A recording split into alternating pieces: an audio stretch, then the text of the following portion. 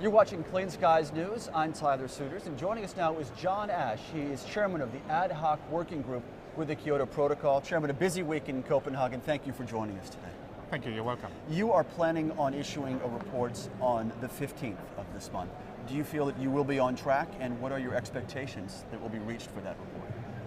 Well, the answer to the first part is yes, I do believe I will be on track, and the expectations are very simple, that we will have in place all the elements for what is called a second commitment period, which means, for the benefit of your viewers, it means that there will be a key element of the Kyoto Protocol in place come 1st of January 2013, when the second commitment period is supposed to begin. Let's be very clear that the protocol isn't expiring or ending, which is a term that's commonly used at the end of 2012. No. It is time for an extension, correct? Is that the right way to phrase it? Well, the protocol has several elements. The main part is what is called a commitment period. The current one ends on December 31st, 2012, and that's called the first commitment period.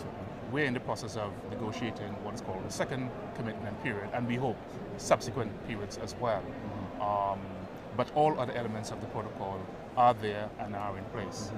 Given the role of a country like the US being outside the Kyoto Protocol and the parallel negotiations or parallel tracks that are underway, how do those parallels resolve? What is the end point in your mind? Well, as currently envisaged, it'd be two separate tracks. One would be under the convention, and the other would be under the Kyoto Protocol.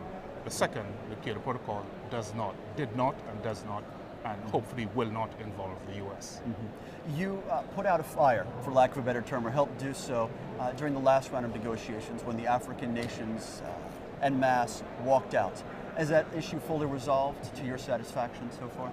Well, for the benefit of your viewers, at our last meeting in Barcelona, one group of countries, and you have identified them, did express dissatisfaction at various aspects of the negotiations. We were able to arrive at a solution that proved satisfactory and is still in place. A key element of that was the emphasis on discussions on numbers, and that part of the agreement still holds and is in place here in Copenhagen.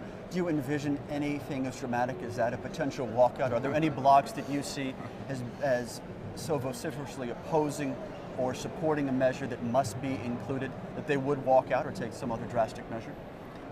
Well, this has always been about what is called the level of ambition. In other words, the pledge, the scope of the pledges made by the industrialized countries who are obligated on the Kyoto Protocol to take on commitments. Currently, if one add up what's on the table, it falls outside of the range recommended by the IPCC. That is minus 25 to minus 40% below 1990 levels. We are currently looking at minus 14 to minus 23. If you add up what's currently on the table. Were we to have an agreement at the end of the day that is outside that range, I think most, and I hope, including some of the industrialized countries, particularly the European Union, would be less than satisfied. Chairman, if we could draw on your experience at home in Antigua, it is to some degree the front lines of climate change. Already here in Copenhagen, we've seen very emotional demonstrations from representatives from Fiji, also from Maldives, these island nations that are experiencing firsthand sea level rise and the dramatic effects. What are you seeing at home? And is that putting more pressure on you to reach an agreement? Well, as a chair, I do have to be neutral, but I'm also mindful of the position taken on by the countries to which Antigua and Barbuda is also a member, and I'm referring to the Alliance of Small Island States, or AOSIS.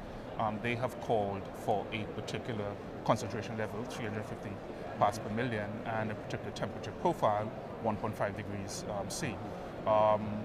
You are aware also that the developed countries have recommended or have suggested that we aim for 2 degrees C and 450 parts per million. Where would it end up, no one really knows. Hopefully, certainly not above 2 degrees, perhaps somewhere less than that. But what we are beginning to see at the country level is erosions in the coastline. And of course, you know, hurricanes. We in the Caribbean suffer from hurricanes. Our colleagues in the Pacific from typhoons. They are expected to get more intense. So lives will be at stake. And that's why what we're doing here becomes so important, not only at the global level, but at the country level as well.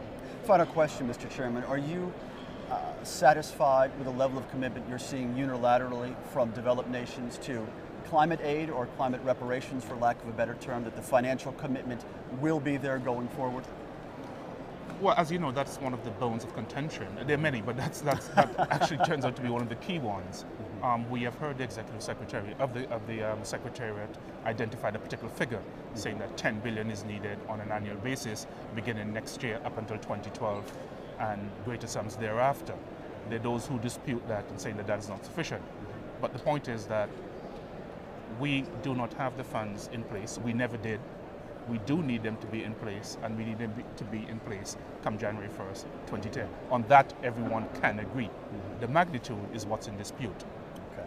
John Ashe is chairman of the ad hoc working group for the Kyoto Protocol. The report comes out December 15th. Mr. Chairman, thank you once again for your time. Thanks a lot. All the best. And thank you for joining us. You're watching Clean Skies News. I'm Tyler Simmons.